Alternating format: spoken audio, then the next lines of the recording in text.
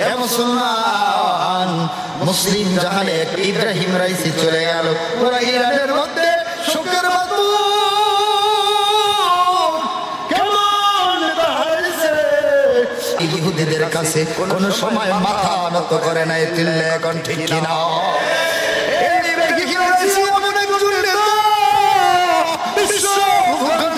গণনা করে নাই, কাউরে কোন সময় জমা দিয়া চলে নাই। আল্লাহ পাক রব্বুল আলামিন পছন্দ করেছে, শাহাদাতের মর্যাদা দিয়ে মৃত্যু দিয়েছে। চিল্লায়ে বলেন কথা ঠিক কিনা?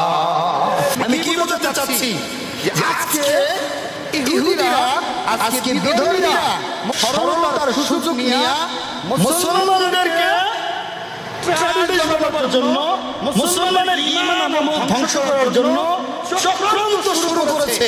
তাম বিশ্ব মুসলমানদের চক্রান্তের মধ্যে, চক্রান্তের জালের মধ্যে ফেলাবার জন্য চেষ্টা করতেছে।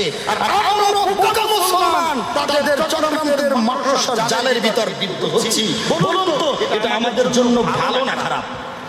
খারাপ কি না বলুন? ধিক্কার জানাই সমস্ত মুসলমান বন্ধুদেরকে, যারা তোমরা আজকে দেখা নাই, সাক্ষাৎ নাই, বাবার পরিচয় নাই, বংশের পরিচয় নাই, শুধু মুখের কথা, মিষ্টি কথা পেয়ে তাকে তুমি তোমার ইজ্জতকে লুপে দিয়ে দিচ্ছ।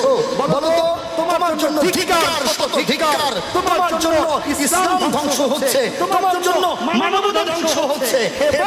হে মুসলমান মা-বোনেরা, আজকে যারা বিধর্মীরা তোমাদেরকে ব্যবহার করতেছে, এর একমাত্র কারণ হলো তোমরা লুবি কথা বলে, ঠিক কিনা?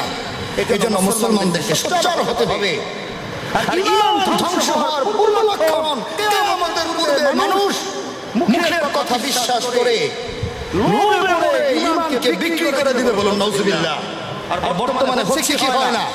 এই জন্য বলবো, সাবধান হতে হবে।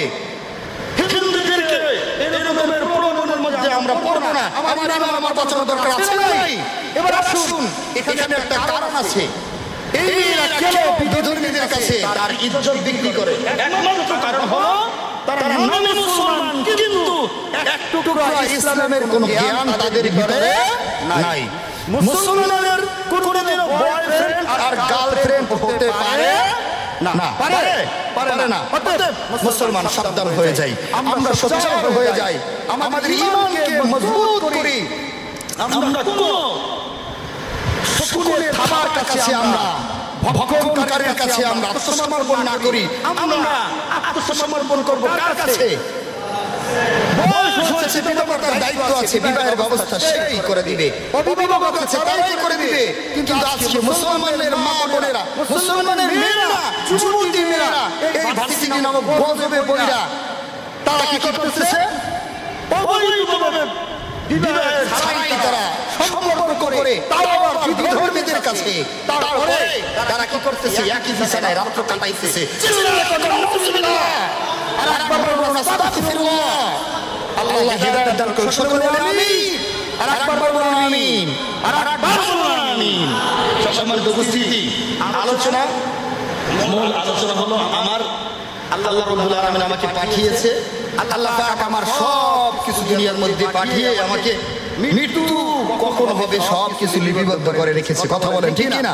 অতএব যেহেতু বাঁচতে পারবোই না, অপর জগতে চলে যেতে হবে, আমার পরিবর্তন হওয়া দরকার আছে না নাই?